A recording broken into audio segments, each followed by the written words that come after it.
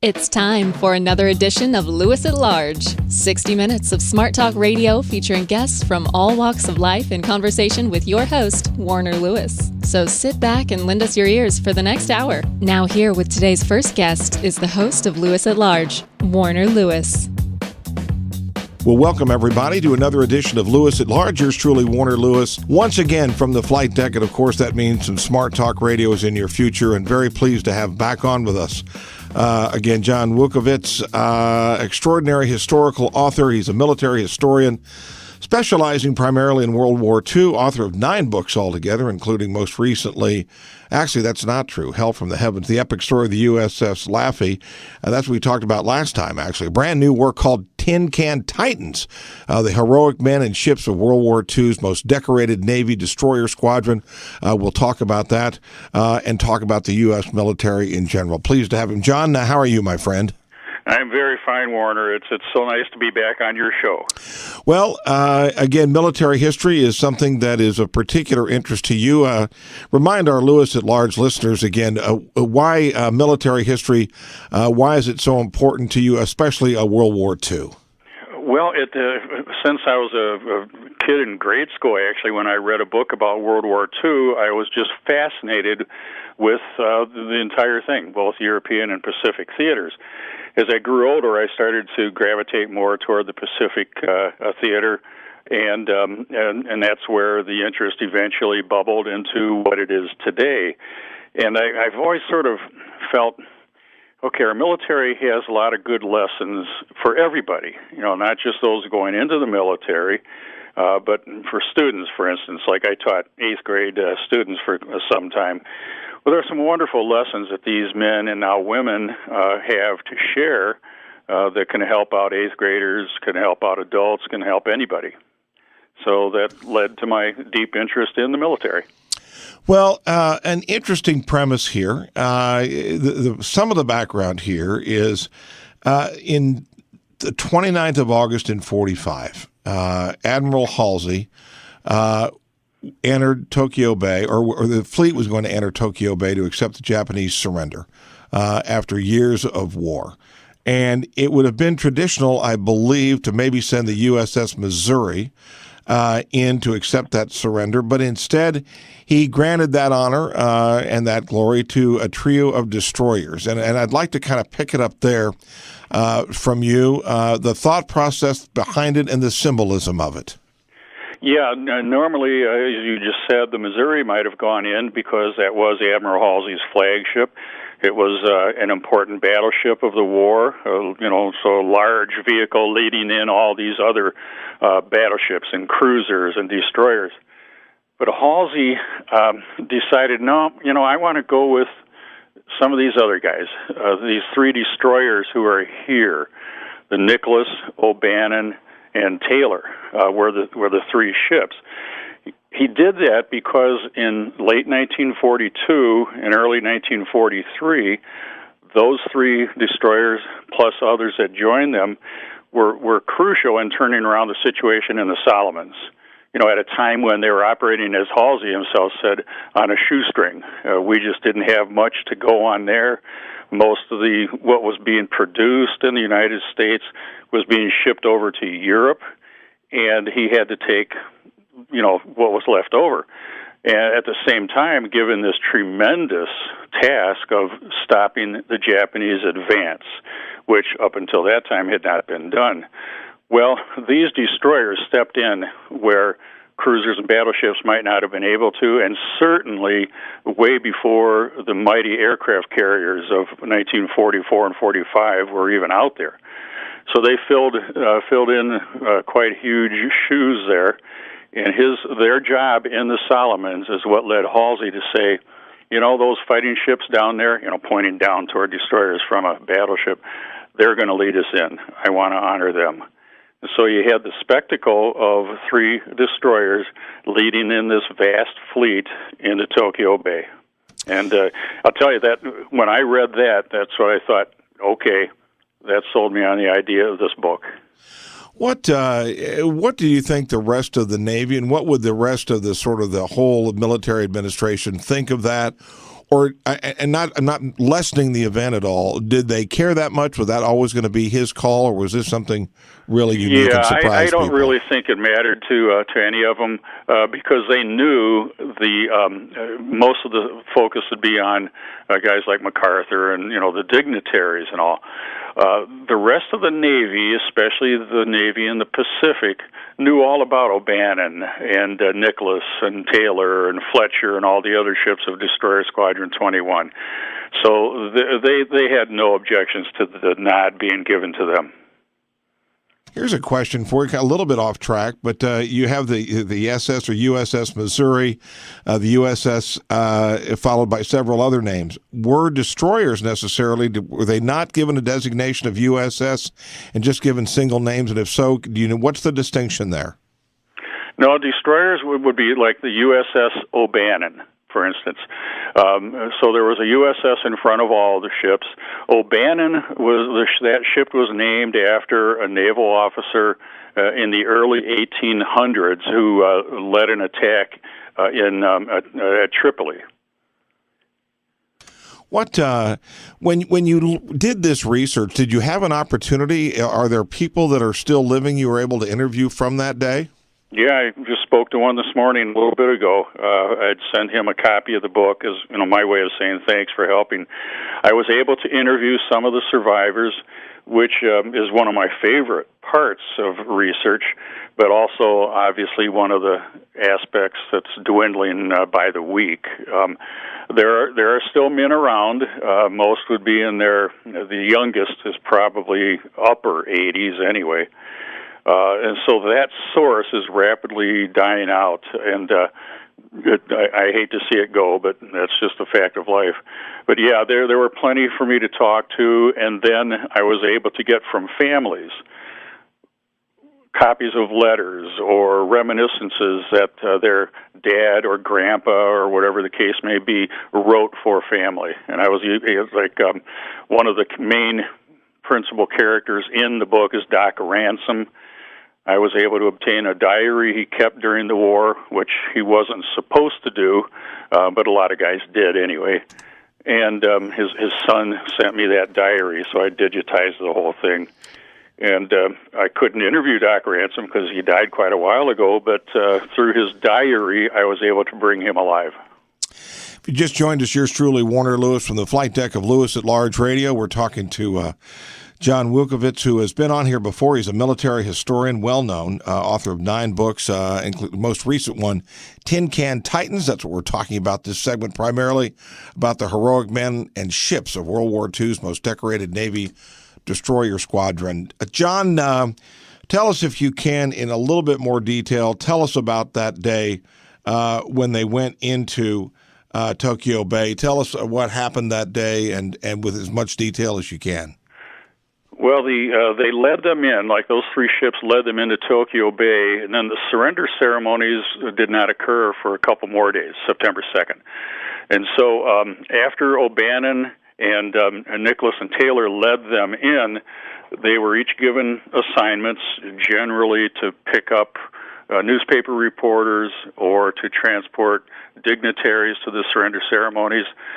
The O'Bannon crew was sent home. Halsey gave them a choice of staying there for the surrender ceremonies or heading on home right away. The crew decided almost unanimously, let's go home. And so they did. He did that as a nod to O'Bannon because it was the most decorated destroyer in the Pacific. They had been in like 18 different major actions, and he wanted to honor that ship. 17, and he wanted to honor that ship and allowed them to go home. So the rest were busy with correspondence or dignitaries. They would take over some of the famous correspondents like Richard Tregaskis, who wrote Guadalcanal Diary, took a couple Japanese correspondents over, one of whom was bitten by the dog, the mascot of Nicholas on the way over.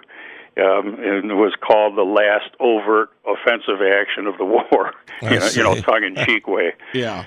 Well, then during the surrender ceremonies, those destroyers stayed out a bit at their post, ready to take the people back from the Missouri to shore. So they didn't really have any play other than that. The surrender ceremonies itself were run by Douglas MacArthur aboard the USS Missouri. Were there any other, you said Douglas MacArthur, but were there any other members or equipment or presence from other areas of the military besides the Navy? Oh, yeah. They had representatives from diverse nations.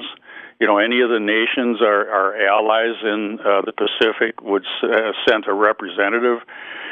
We had MacArthur invited General Wainwright to the ceremony. He was the commander after MacArthur was ordered out of the Philippines in early 1942. He was the commander who took over and had to surrender to the Japanese and spent the rest of the war in prison camp. Jimmy Doolittle was there, the famous aviator. So you had all kinds of dignitaries and important military from every feature of the armed forces. How long did it take you to do the research for this one? And was this particularly shorter in its length or longer in its length? And if so, either way, why? They're about the same. I like to have about 2 years to do a book from the time I hand in the proposal to the time I hand in the manuscript. 2/3 of that 2 years is spent in research, and then the other third writing the book. So I would say I put in about the same amount of time. I mean, if you check, I guess, my bibliographies and footnotes, I suppose that would give an indication. But, you just keep researching until you feel, all right, I have an idea of what the picture is here. I know what's going on, so I don't need to do any more research. You know, I've contacted as many men as I can. I've got all the official records of all the ships. I know I read those, which are available online now. And, I've read every book that I can find. So normally that's, 2/3 of 2 years, so not quite a year and a half there that I spend in the pure research.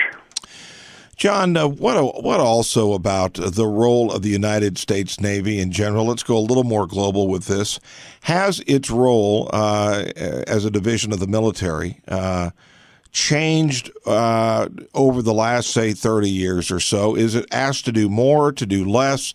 What's different maybe about its role in 2017 versus, let's say, even 2000 or 1990 for that matter? Yeah, I can give you a general answer, because I'm not any expert on the current Navy as such. But I think the difference would be they play diverse roles around the globe that don't have the glamour that World War II may have had. World War II, you had battleships clashing in surface engagements and aircraft carriers ferrying air squadrons around and submarines, and so it got all the glamour. You don't have that as much today, obviously, but here they are. They'll be steaming off off the coast of North Korea, doing important work out there. Submarines under the seas, guiding the lanes there, guarding the lanes there. So it would be more like that, is what I would say. But again, I'm no expert on the modern military aspect. There must have been some sense of, not necessarily irony, and I don't really mean the word revenge, but maybe revenge, that the fact that the Titans, these three ships in the Navy, were sort of leading the charge into Tokyo Harbor, considering everything really started at Pearl Harbor. Yeah, and some of the crew of those ships, a couple anyway, had been at Pearl Harbor, so I'm sure they saw it even more than anyone else. But you're right. Here, from the shambles of what was Pearl Harbor, this brand new fleet basically came steaming into Tokyo Bay, following the lead of three destroyers that were in a newer class, but not the newest class. When the war started, they were new ships, but by the time the war ended, there had been other classes of destroyers coming out. So you had the remnants of Pearl Harbor, I'll say, leading this sparkling new fleet into Tokyo Bay. What about the lifespan? You kind of touched on it there a little bit. What is the lifespan of a destroyer? Again, these three, the O'Bannon, the Nicholas, and Taylor, how much longer would they serve? Well, they would have served into the 60s, even the 70s. Some of it depends on how well they maintained the ship. First of all, did they put it in mothballs right after World War II and then bring it out and use it again? But some of these ships saw service in the Vietnam conflict, and then that would pretty much be it. Maybe a cruise or two after that through the Mediterranean or something, because by then a new class of destroyer would have come out to take their place. So again, there still are a few of these people, the people that served on these ships and that were there that day, that are still with us. There's no question there is a proliferation of military history books that have a focus on World War II. A lot done by people like yourself, baby boomers, who recognize the invaluable contributions. What are your plans for your next work? Do you have that in mind yet? Yeah, I do actually. There's a couple of them that I'm working on. One's basically finished. I'm a graduate of Notre Dame, and a few years back, I was reading a history of Notre Dame, and there was a paragraph in it. The history was written in the early 50s. There was a paragraph in there that said during World War II there were 30-some priests from Notre Dame who served as chaplains. Maybe someday someone will write their story. So I thought, well, that's a heck of an idea if they did something. So when I checked into it, I found out these guys were in every aspect of the war as chaplains. One guy went all the way through the Italian campaign, into France, into Germany, at Dachau. Another guy jumped and parachuted into Normandy with the paratroopers. Two were in the Death March, the Bataan Death March. Three spent the war years in prison camp. And so I did that one. I've been working on that one off and on for about 7, 8, 9 years. The other one I just handed in the proposal on, literally 10 minutes before you called me. And that's a story of Father Flanagan at Boys Town in Nebraska and the service that his 800 boys from Boys Town did in World War II. Wow. So you got all kinds of possibilities, it sounds like. Well, yeah, I like to keep the balls juggling, and to see what pops up. But these two ideas really have me fired up, I'll tell you. And so I'll be working on those, and then who knows what comes after that. That'll take care of me for the next couple of years anyway. You've done so much research on World War II. Through all of this research, if you can take it up to 100,000 feet, what overall are some of the themes from World War II that you think possibly may have been missed, either by historians or by us as a present-day society? What do we think about World War II that's right, and what are some misconceptions? Well, maybe as far as a theme, I mentioned it in the beginning of the Tin Can Titans. The book was actually a story of people, not of ships. And I think sometimes historians can lose sight of that. Now, when I say historians, there's a lot of historians who do not lose sight of that. But sometimes historians focus on companies and units and ships and squadrons and all that, and forget about the human aspect. And I try and bring that out as much as possible for not just the military person himself, but for their families. That way, it humanizes a story and makes that connection that the reader has. It's just like if you go to a movie. The movie's no good if you can't connect with it. But if there's someone in there and you go, wow, I understand that guy, or I admire that guy or gal or whatever, then you do have that connection and you're into the story. So sometimes that aspect can get lost, I think, in looking over everything. The second thing would be the absolute, utter humility of these guys. The World War II generation, and I am convinced every other generation of military since and before have that humility. Every veteran I've interviewed, I ask, do you think you're a hero? No.